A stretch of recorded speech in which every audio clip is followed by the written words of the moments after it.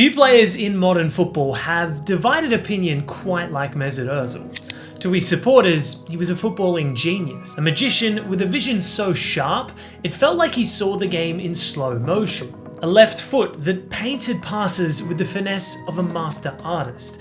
Özil didn't just assist goals, he made them inevitable. He turned chaos into calm, always 2 moves ahead of everyone else on the pitch. Özil was the kind of player you built a team around.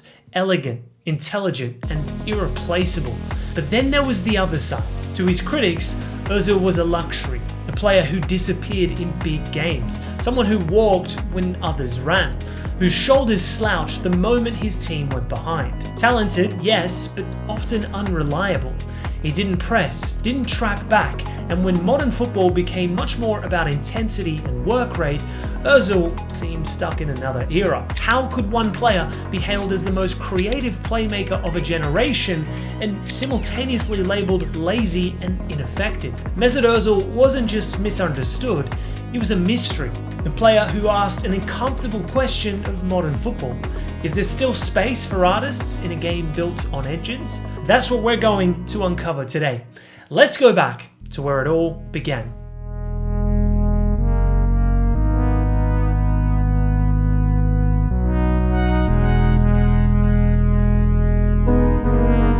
Mesut Özil was born in Gelsenkirchen, Germany, to Turkish immigrant parents. A quiet, introverted kid who found his voice through football. Schalke was where he made his professional debut, but a contract dispute meant he didn't stay long. It was at Werder Bremen where the world truly started noticing him. In the Bundesliga, he was changing the game. Assists, dribbles, and clever movement at his age slowly started turning heads around Europe. At Werder Bremen, he racked up an assist every 2 games. After 108 appearances, Özil had a whopping 54 assists and 16 goals. But his big breakthrough was about to come on the biggest international stage. Germany's run in the 2010 World Cup in South Africa was brilliant, and at the heart of it was a 21-year-old Mesut Özil. Özil was announced to the world, big clubs came calling, and there was only one place he could go from there.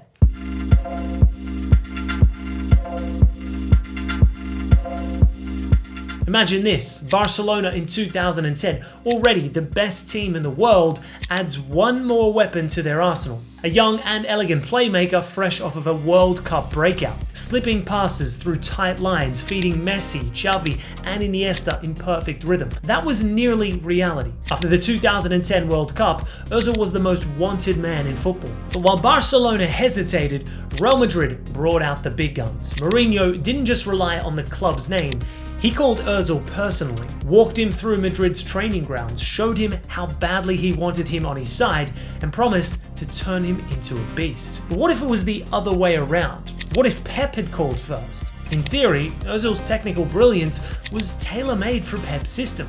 But then again, we've seen how certain players lose their edge under such a structure. Could he have become another cog in the machine? Or would Pep have found a way to unlock something even greater? Under Mourinho, he was trusted to be the artist. He played with freedom and became unstoppable for a few years. But there's still that lingering question. Was this the path that gave us the best version of Özil? Or did we miss out on a whole different kind of player we'll never see? He signed for Real Madrid at a bargain since he only had a year left on his contract. The expectations were obviously high, but he had a lot of doubters as well.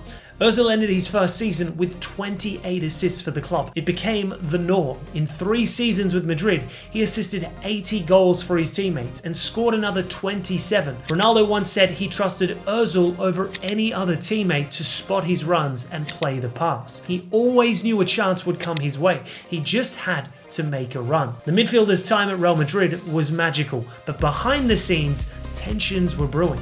He wanted a better contract, but Madrid had other priorities. And when Gareth Bale arrived for a world record fee from Spurs in 2013, Özil was the one sacrificed. Ronaldo was furious about his departure.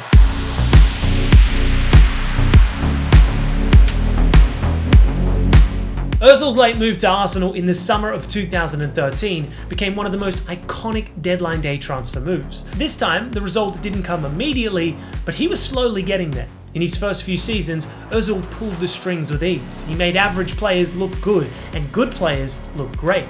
But the stats didn't reflect his true contributions during those initial seasons very accurately. That 2015-16 season, he recorded 16 assists in the Premier League by December. He just needed 4 more through the second half of the season to match Henry's record of 20. Some Arsenal fans still haven't forgiven Giroud and Sanchez for missing an absurd amount of chances throughout the rest of the season. He set the record for creating the most chances in a single Premier League season with 146, a record that still holds to this day. He helped Arsenal end their trophy drought with back-to-back FA Cups. For many fans, Özil was worth the ticket price alone, the kind of player who is capable of mesmerizing you every time he gets the ball. But not everyone was convinced.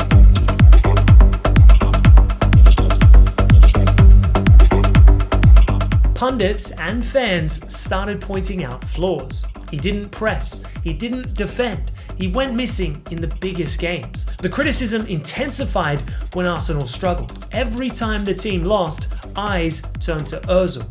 Why wasn't he running? Why wasn't he shouting?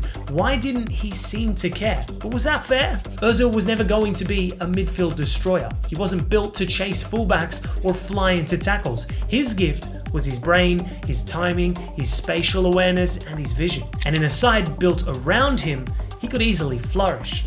But modern football wasn't waiting. The game was changing, and it felt like Özil suddenly didn't fit in. In 2018, just before the World Cup in Russia, Özil posed for a photo with Turkish President Recep Tayyip Erdogan. The backlash in Germany was brutal. Accusations of disloyalty, of mixed allegiances started flowing. When Germany embarrassingly crashed out of the group stages of the World Cup, Özil was made the scapegoat. In a powerful public statement, Özil retired from international football, citing racism and double standards. His final words hit hard.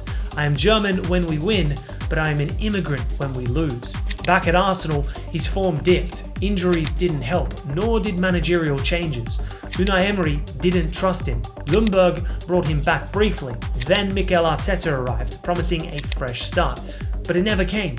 In 2020, Özil was left out of the Premier League and Europa League squads entirely. Political factors, wage cuts, his stance on human rights in China, everything was speculated as potential reasons for his exile. Fans were split. Some accused the club of betrayal. Others said the decision had been coming. He went from the talisman to outcast in the space of just a few seasons.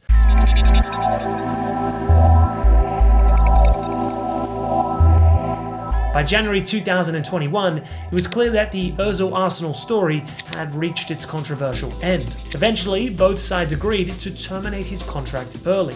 He signed for Fenerbahce, the club he had supported as a child. Turkish fans welcomed him like a hero, but the joy didn't last long.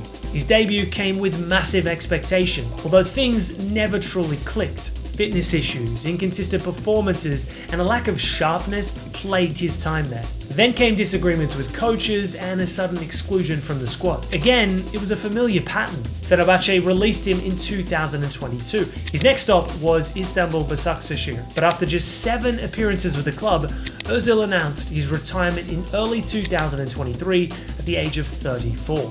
No farewell tour, no final masterclass, just a quiet social media post thanking the game for everything.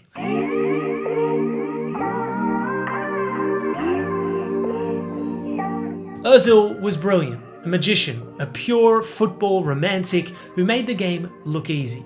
But he also never evolved with the times. He remained the same player in an era where intensity, pressing, and work rate became non-negotiable. Some say Özil was misunderstood, a victim of media narratives, club politics, and cultural bias. Especially after the Germany controversy, many felt he was treated unfairly. At Arsenal, the criticism wasn't just about not running, it was also about not caring enough. But even if that wasn't true, perception became reality. Football today is relentless. There's less room for specialists and more demand for all-rounders. Özil was never that guy. He belonged to an older time when number 10s could stroll between the lines and pick passes at their own rhythm. So maybe Özil wasn't the problem. Maybe the game just moved on. Since retirement, he has been busy investing in esports, fashion, and doing charity work. He has spoken about building academies and helping underprivileged children. Few players in the last 20 years have had his vision, weight of pass, or composure, but greatness in football is judged not by just talent, but by consistency, longevity, and adaptability. And that's where the debate begins. He gave so much, but still people wanted more. He stood still while the game moved faster. And maybe that's the best way to sum him up. A player who never quite fit the mold. Was he a generational genius brought down by the harsh demands of modern football? Or was he simply a flawed luxury player who couldn't evolve with the game? Let us know below.